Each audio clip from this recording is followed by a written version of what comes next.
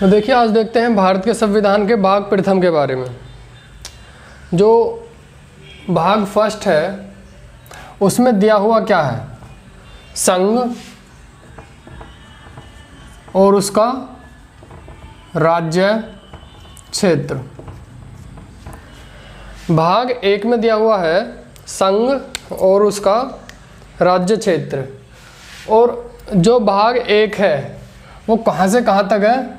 अनुच्छेद 1 से लेकर और अनुच्छेद 4 तक। अब पहले पढ़ते हैं अनुच्छेद के बारे में। जो 1 से 4 तक भाग एक में अनुच्छेद हैं वो क्या है? तो देखिए, इन्हें 4 अलग अलग पार्ट में डिवाइड कर रहा हूँ।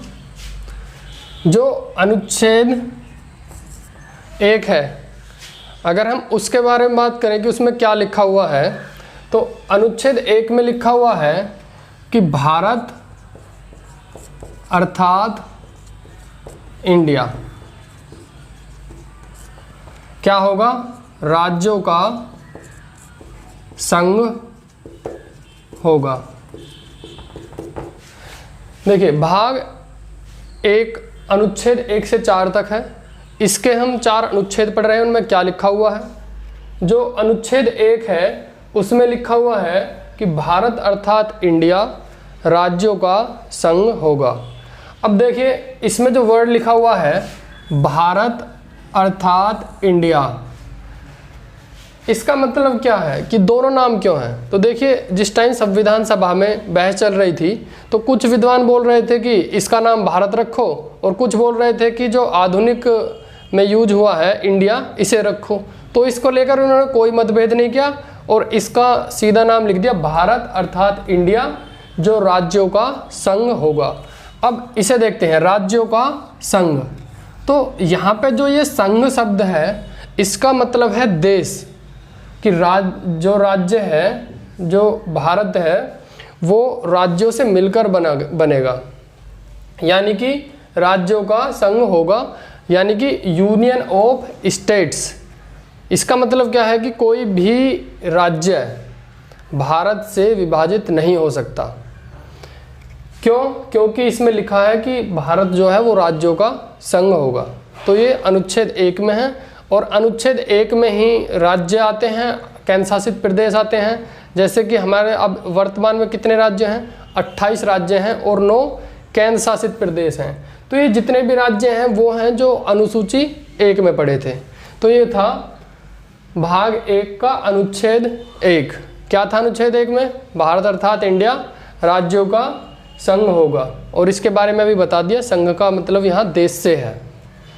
अब अगर हम बात करें अनुच्छेद 2 के बारे में, अनुच्छेद 2 क्या कहता है? तो देखिए, इसका मतलब ये है कि नए राज्यों का निर्माण, नए राज्यों का प्रवेश और गठन। निर्माण और प्रवेश में अंतर है, ध्यान रखना है। जो अनुच्छेद 2 है उसमें लिखा हुआ है नए राज्यों का प्रवेश। जैसे कि कोई ये क्षेत्र है, ये है भारत, मान के चलो ये भारत है, और कोई बाहरी क्षेत्र भारत के क्षेत्र में जोड़ा जाता है, तो संसद को अनुच्छेद 2 के अंतर्गत अधिकार है कि वो उस राज्य को भारत के राज्य क्षेत्र में जोड़े। और संसद को क्या अधिकार है अनुच्छेद 2 के तहत? कि जो राज्य जोड़ा है उसका क्या नाम रखा जाएगा, या नाम रखने के बाद नाम बदल सकता है, या उसकी सीमा में परिवर्तन कर सकता है। तो मोस्टली जो अनुच्छेद 2 है वो उन राज्यों के लिए लागू नहीं है जो भारत के अंदर हैं। अनुच्छेद 2 उन राज्यों के लिए लागू है जो भारत के बाहर से भारत में प्रवेश किए हैं। ठीक, तो ये अनुच्छेद 2 में दिया हुआ है। अब पढ़ते हैं हम अनुच्छेद 3 के बारे में। तो अनुच्छेद 3 में क्या दिया हुआ है? अब इसे भी इसी तरीके से समझिए, ये हमारा देश है भारत। अब भारत देश के भीतर जो भी राज्य हैं उनके निर्माण का कार्य और संसद को जो अधिकार हैं, अनुच्छेद 3 के अंतर्गत जो संसद को अधिकार हैं वो क्या क्या हैं कि भारत के राज्य क्षेत्र के भीतर नए राज्यों का निर्माण करना या राज्यों की सीमा में परिवर्तन करना, जैसे राज्य की सीमा को बढ़ाने का अधिकार, राज्य की सीमा को घटाने का अधिकार, या एक राज्य से 2 अलग राज्यों को विभक्त करने का अधिकार, या 2 अलग अलग राज्यों को एक ही राज्य बनाने का अधिकार दिया हुआ है अनुच्छेद 3 में संसद को। तो संसद को अनुच्छेद 3 के अंतर्गत ही ये अधिकार है कि वो नए राज्यों का निर्माण कर सकती है, उनकी सीमाओं में परिवर्तन कर सकती है, सीमा क्षेत्र जो है उन्हें बढ़ा सकती है, उन्हें घटा सकती है, नए राज्यों को विखंडित कर सकती है। तो ये सब आर्टिकल जो 3 है वो संसद को पावर देता है। तो अब देखिए अनुच्छेद 2 में और 3 में डिफरेंस क्या है।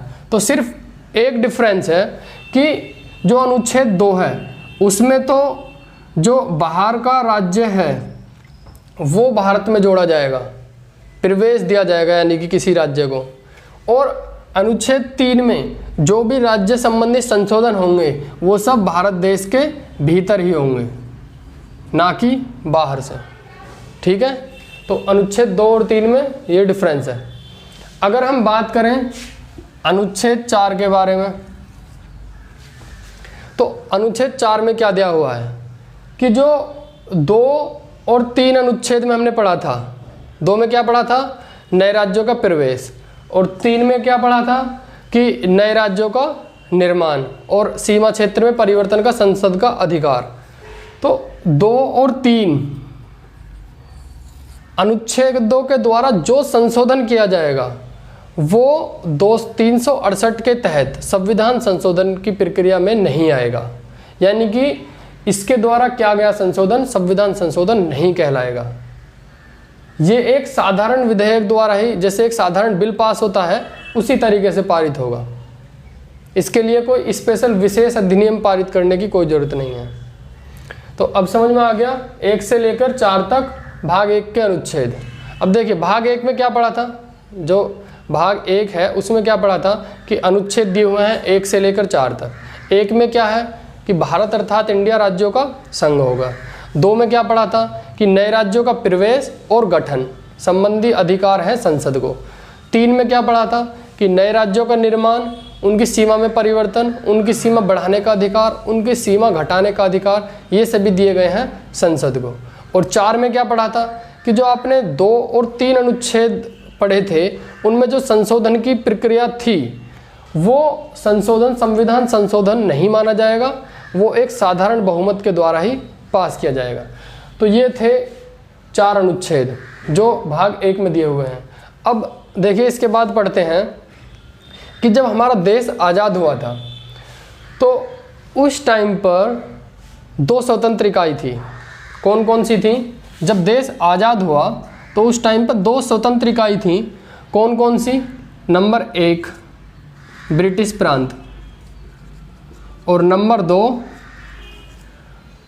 देसी रियासत। एक ब्रिटिश प्रांत थी और दूसरी देसी रियासत, लेकिन दोनों पर जो शासन था वो ब्रिटेन का ही था, चाहे ब्रिटिश प्रांत हो चाहे देसी रियासत हो। अब हम पढ़ क्या रहे हैं यहाँ पर? हम पढ़ रहे हैं इनके बारे में जो देसी रियासत हैं। देखिए वहाँ पर शासन तो राजा ही करता था, लेकिन वो अधीन किसके थे? वो ब्रिटिश राजशाही के अधीन थी। तो अब हम पढ़ेंगे जो देसी रियासत है उनका एकीकरण किस तरीके से हुआ। देखिए देसी रियासत के एकीकरण में सबसे बड़ा जो योगदान था वो आपको पता है सरदार वल्लभ भाई पटेल का था। अब उस टाइम पर जो देसी रियासत की संख्या थी वो थी 552, लेकिन इनको जब 1947 का अधिनियम आया और उसके अंतर्गत भारत और पाकिस्तान 2 स्वतंत्र देश बने, तो देसी रियासत जो थी उनको 3 विकल्प दिए गए। क्या क्या थे वो विकल्प? जो देसी रियासत थे 552 उनको 3 विकल्प दिए गए। नंबर 1 पहला क्या था कि वो भारत में शामिल हो, और नंबर दूसरा ऑप्शन क्या दिया कि वो पाकिस्तान में शामिल हों, और नंबर तीसरा क्या दिया कि वो स्वतंत्र रहें। जो 552 देशी रियासत थी उनको 3 ऑप्शन दिए गए कि या तो वो भारत में शामिल हों, या वो पाकिस्तान में शामिल हों, या वो स्वतंत्र रहें। लेकिन इनमें से जो 549 देशी रियासत थी वो भारत में शामिल हो गई। अब बची 3 देशी रियासत, कितनी? 3, जो उस टाइम पर शामिल नहीं हुई लेकिन बाद में आकर वो भी शामिल हो गई। अब वो 3 देशी रियासत कौन कौन सी थी? एक थी हैदराबाद, एक थी जूनागढ़, और तीसरी थी जम्मू कश्मीर। अब देखिए, हैदराबाद जो है उसे पुलिस कार्रवाई के द्वारा, हैदराबाद को पुलिस कार्रवाई के द्वारा इस भारत क्षेत्र में मिला लिया गया। जूनागढ़ को जनमत संग्रह, जैसे जूनागढ़ जैसे जनमत संग्रह, जूनागढ़ को जनमत संग्रह के आधार पर देशी रियासत में मिला लिया गया, और जम्मू कश्मीर को विलय पत्र पर हस्ताक्षर के द्वारा भारत के क्षेत्र में मिला लिया गया। तो इस तरीके से 3 ये मिल गई और 552 देशी रियासत पूरी हो गई जो भारत क्षेत्र में मिल गई। अब देखिए, जो 552 देशी रियासत थी वो भारत क्षेत्र में मिल गई। अब इसके बाद क्या हुआ? सबसे बड़ी चुनौती क्या थी अब इस टाइम पर? तो सबसे बड़ी चुनौती थी कि इस टाइम राज्यों का जो पुनर्गठन है वो किस तरीके से किया जाना चाहिए। राज्यों के पुनर्गठन की मांग को लेकर अब मांग उठने लगी। तो आपने पढ़ा भी होगा कि पहला जो राज्य था आंध्र प्रदेश, वो भाषा के आधार पर गठित हुआ था। अब इसके बारे में कहानी पढ़ते हैं कि भाषा के आधार पर गठित होने का प्रावधान क्या था। यानी कि अगर हम बात करें धारा आयोग की, क्योंकि उस टाइम पे ज़्यादातर दक्षिण का जो एरिया था वहाँ से मांग उठ रही थी कि जो राज्यों का पुनर्गठन है वो भाषा के आधार पे किया जाना चाहिए। तो उस टाइम पे 1948 में एक व्यक्ति थे S.K. धर, उनकी अध्यक्षता में एक आयोग बनाया गया जिसका नाम रखा गया धर आयोग। धर आयोग। अब धर आयोग को ये काम दिया गया कि उन्हें बताना है कि जो राज्यों का पुनर्गठन है वो भाषा के आधार पर ठीक है या प्रशासनिक सुविधा के आधार पर। तो इन्होंने अपनी रिपोर्ट दी दिसंबर 1948 में। जो धर आयोग है इसने अपनी रिपोर्ट कब दी? दिसंबर 1948 में। और इन्होंने अपनी रिपोर्ट में कहा कि जो राज्यों का पुनर्गठन है वो भाषा के आधार पर नहीं किया जाना चाहिए। इन्होंने क्या बताया कि राज्यों का जो पुनर्गठन है वो भाषा के आधार पर नहीं किया जाना चाहिए। इन्होंने क्या बताया इस धर आयोग ने कि जो प्रशासनिक कारक है, यानी कि प्रशासनिक दृष्टि से राज्यों का पुनर्गठन करना चाहिए, ना कि भाषा को देखते हुए। तो इन्होंने इस बात को अस्वीकार कर दिया। लेकिन जैसे इन्होंने इस बात को अस्वीकार किया, इसी के साथ जनता में असंतोष फैल गया कि जो राज्यों का पुनर्गठन है, जनता बोल रही थी कि भाषा के आधार पर किया जाना चाहिए, लेकिन ये बोल रहे थे कि भाषा के आधार पर नहीं, प्रशासनिक सुविधा के आधार पर राज्यों का पुनर्गठन किया जाना चाहिए। फिर इसके बाद जब जनता में असंतोष फैल गया तो दिसंबर 1948 में ही एक समिति गठित की, JVP समिति। और जो JVP समिति थी उसके सदस्य कौन थे? जैसे जवाहरलाल नेहरू, V से वल्लभ भाई पटेल, P से पट्टामी सीतारमैया। तो JVP समिति के सदस्य थे जवाहरलाल नेहरू, वल्लभ भाई पटेल, पट्टामी सीतारमैया। अब इस समिति ने भी क्या काम किया? छानबीन की और अपनी रिपोर्ट पेश की अप्रैल 1949 में। और जेवीपी समिति ने भी क्या बताया, इन्होंने कहा कि हाँ ठीक बात है, जो धरायोग है यानी कि भाषा के आधार पर राज्यों का पुनर्गठन नहीं किया जाना चाहिए। उन्होंने भी क्या बताया कि जो प्रशासनिक सुविधा है उसके आधार पर ही प्रशासनिक दृष्टि से ही राज्यों का पुनर्गठन किया जाना चाहिए। तो इसके बाद भी, इन कंडीशन के बावजूद भी, इन्होंने जब ये बताया कि भाषा के आधार पर नहीं किया जाना चाहिए, इसके बावजूद भी भारत सरकार को मजबूर होना पड़ा और भाषा के आधार पर राज्यों का पुनर्गठन करना पड़ा। उसका रीज़न क्या था? तो एक व्यक्ति थे जो कांग्रेसी कार्यकर्ता थे पोटा श्री रामलल्लू। जो पोटा श्री रामलल्लू थे, उन्होंने क्या काम किया, 56 दिन तक आमरण अनशन किया और 56वें दिन इनकी मृत्यु हो गई। इसलिए भारत सरकार को मजबूर होना पड़ा और आंध्र प्रदेश पहला राज्य बनाना पड़ा 1 अक्टूबर 1953 को। 1 अक्टूबर 1953 को पहला राज्य बनाना पड़ा। भाषा के आधार पर गठित होने वाला पहला राज्य कौन सा था? आंध्र प्रदेश। यानी कि आंध्र प्रदेश भाषा के आधार पर गठित होने वाला पहला राज्य था। और इस टाइम पर जो उसकी राजधानी थी वो थी करनूल। अब देखिए, अभी आपने क्या पढ़ा कि जो दक्षिण से मांग उठी कि भाषा के आधार पर राज्यों का पुनर्गठन होना चाहिए, इसके लिए दो आयोग नियुक्त किए थे कांग्रेस सरकार ने।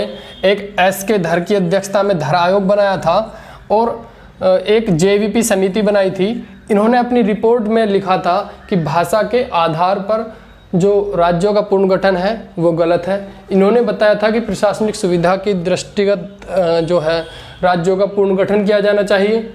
और इसके बाद आपने ये देखा कि रामलल्लू ने 56 दिन तक आमरण अनशन किया और फिर 56वें दिन उनकी मृत्यु हो गई। इससे भारत सरकार को मजबूर होकर पहला राज्य बनाना पड़ा आंध्र प्रदेश, जो भाषा के आधार पर गठित होने वाला पहला राज्य था। कब बनाया था? 1 अक्टूबर 1953 का। अब इसके बाद जब एक राज्य गठित हो गया तो इसके बाद अलग अलग क्षेत्रों से मांग आने लगी कि भाषा के आधार पर गठित होने चाहिए राज्य। अलग अलग क्षेत्रों से अलग अलग मांग आने लगी और सबकी क्या थी मांग?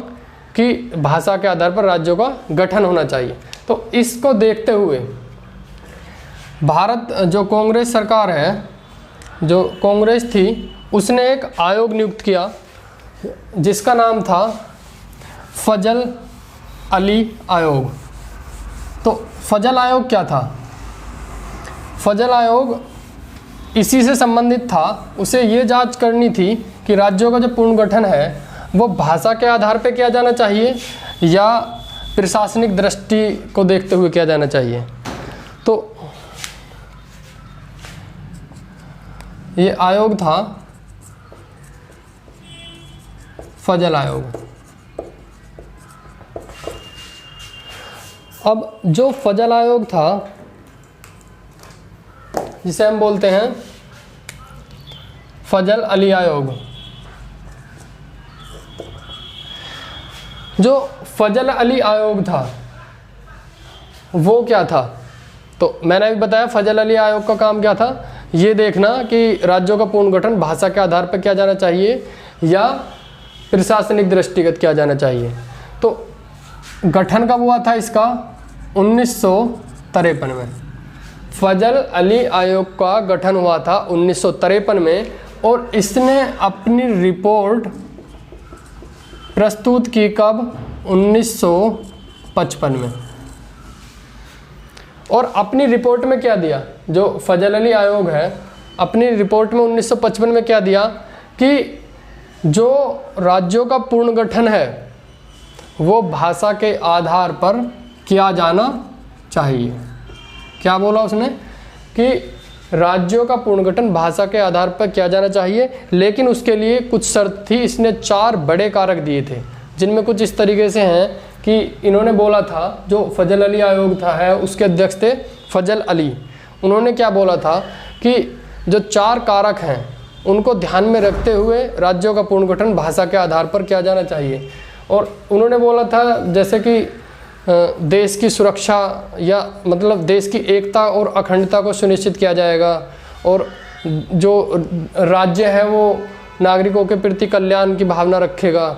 तो इस तरीके से ये कुछ इन्होंने अपनी शर्तें रखी थी जिनके आधार पर बोला था कि राज्यों का पुनर्गठन भाषा के आधार पर किया जाना चाहिए।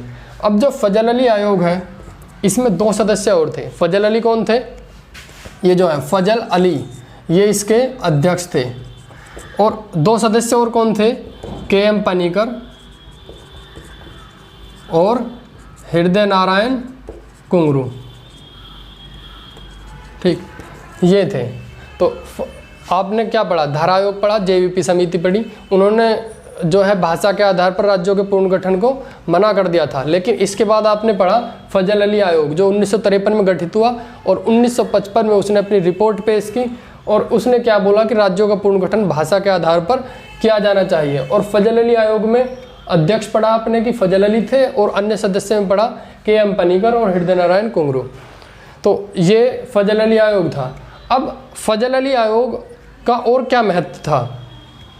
इन्होंने अपनी एक रिपोर्ट पेश की और उसमें कहा, फजल अली आयोग में इन्होंने अपनी रिपोर्ट पेश की और उसमें कहा कि जो राज्य हैं, जो राज्य बटे हुए थे, अब से पहले क्या था कि 4 ग्रुप बने हुए थे A, B, C, D, और उनमें ग्रुप वाइज राज्य सजे हुए थे। लेकिन इन्होंने इस ग्रुपिंग सिस्टम को ख़त्म कर दिया और इन्होंने जो सिफारिश दी थी, इन्होंने उस टाइम पे बताया था कि राज्य और केंद्र शासित प्रदेश, यानी कि इस टाइम पे 16 राज्य और 3 केंद्र शासित प्रदेश की इन्होंने सिफारिश दी थी। और जब 1955 को वो सिफारिश दी, भारत सरकार ने बहुत कम परिवर्तन के साथ उस सिफारिश को मंजूर कर लिया। और फिर इसी के तहत 1 नवंबर 1956 को राज्य पुनर्गठन अधिनियम एक्ट पारित हुआ, जिसके अनुसार 14 राज्य और 6 केंद्र शासित प्रदेश शामिल थे। 1 नवंबर 1956 में 14 राज्य और 6 केंद्र शासित प्रदेश शामिल थे। अब देखिए, जब राज्य पुनर्गठन अधिनियम पारित हो गया तो इसके बाद राज्य 1956 से और आज तक 2020 तक राज्य बढ़े हैं। अब हम देखेंगे कि 1956 के बाद, यानी कि 1956 के बाद जो राज्य बढ़े हैं वो कौन कौन से हैं? तो देखिए, मैं एक टेबल बना रहा हूँ, उस टेबल के माध्यम से याद रखना है क्योंकि याद करने में आसानी हो जाएगी। मैं एक टेबल बना रहा हूँ, उसके जरिए याद करना है सब कुछ। देखिए, मैं पहले सन लिख रहा हूँ 1953, 1960, 1963, 1971, 1972, 1975, 1987, सन 2000 और 2014। अब देखिए, ये मैंने अलग लिखा है 1953, 1960, 1963, 1971, 1972, 1975, 1987, 2000 और 2014। कौन सा राज्य, मैं क्या बता रहा हूँ कि कौन सा राज्य किस वर्ष गठित हुआ। यहाँ पे मैं लिख रहा हूँ एक तरीके से वर्ष, और इस तरफ लिख रहा हूँ राज्य, कि कौन सा राज्य किस वर्ष गठित हुआ। कुछ इम्पोर्टेंट हैं सन, और सन के साथ जो इनकी दिनांक है वो भी याद रखनी है। अब देखिए, मैं इसकी डेट लिख रहा हूँ, ये तो सीधा याद रखना है। 1900 तो सब में लगा हुआ है, 53, 60, 63, 71, 72, 75, 87, 2000 और फिर लास्ट में 2014। ठीक, अब इसके बाद डेट क्या है, देखो ये आपने अभी पढ़ा था 1 अक्टूबर 1953, फिर 1 मई 1960, फिर इसके बाद 1 दिसंबर 1963, एक 1966 और लिख लो, ये 1 नवंबर 1966, और फिर इसके बाद 25 जनवरी 1971, फिर इसके बाद 21 जनवरी, ये क्रम से याद रखना है बिल्कुल। फिर 1975, इसके बारे में अभी डाउट है, सिक्किम का है। 1987, अब देखिए ये यहाँ से 1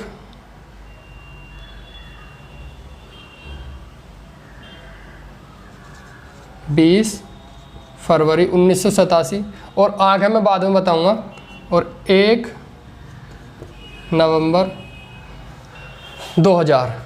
अब देखिए ये शुरू में थोड़ा टफ लगेगा, लेकिन याद करना ज़रूरी है, और इससे अलावा कोई तरीका नहीं है इसका याद करने का।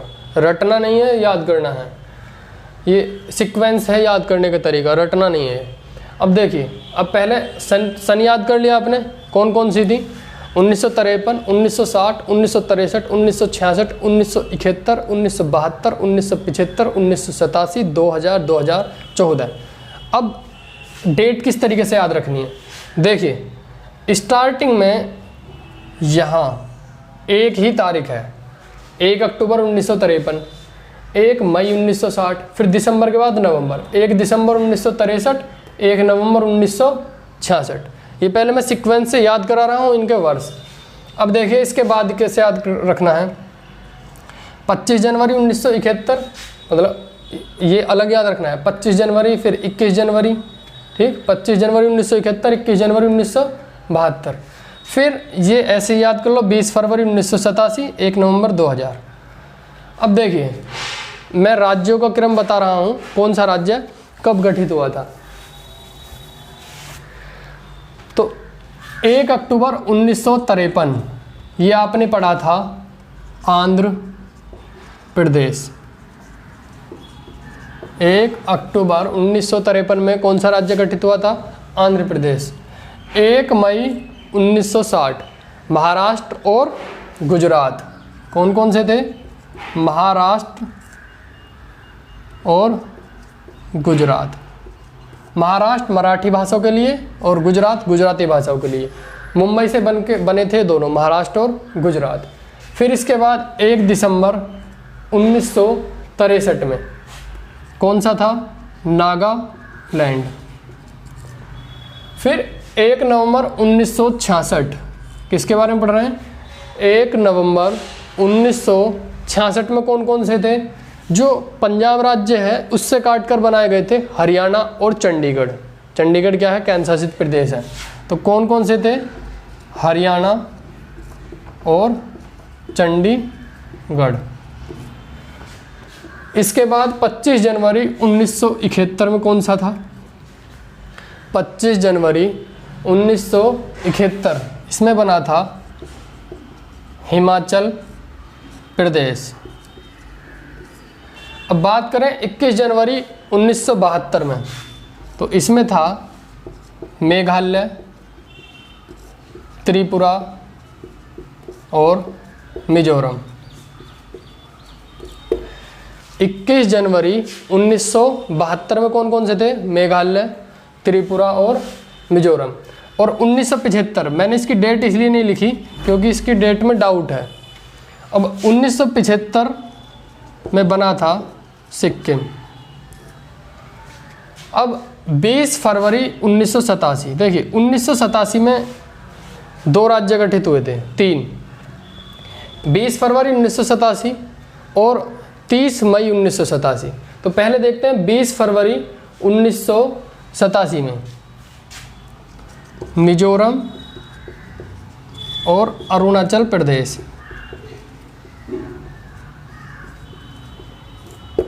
20 फरवरी 1987 में बने थे मिजोरम और अरुणाचल प्रदेश। अब 1987 में ही याद रखना है एक डेट और, कौन सी?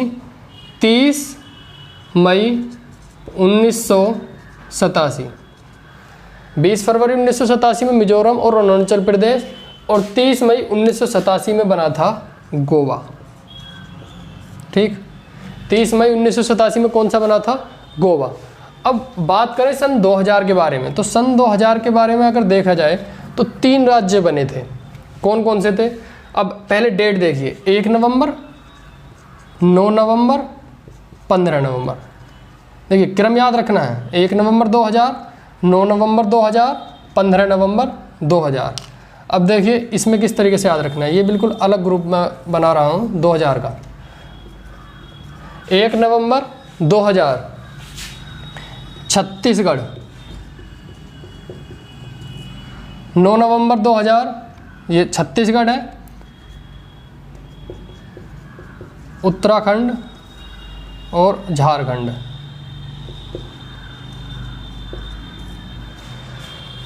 देखो किस तरीके से याद रखना है, 1 नवंबर, 9 नवंबर, 15 नवंबर 2000 तीनों का है।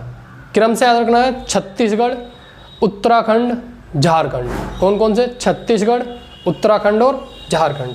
और बस एक लास्ट याद रखना है, 2 जून 2014 उसमें बना था तेलंगाना। तो तेलंगाना लास्ट राज्य था जो 29वां राज्य था। अब इस टाइम पर राज्य कितने हैं? 28, और केंद्र शासित प्रदेश कितने हैं? 9। तो अब ये सारी चीज़ पढ़ी हैं भाग 1 में, जो अनुच्छेद 1 से 4 तक था। अब देखिए एक बार मैं मोटे तौर पर बता रहा हूँ कि हमने क्या पढ़ा था। हमने स्टार्टिंग में पढ़ा था भाग 1 में अनुच्छेद 1 से 4 तक। पहले चारों अनुच्छेद पढ़े, उसके बाद पढ़ा कि जो देसी रियासत थी उनका एकीकरण किस तरीके से हुआ।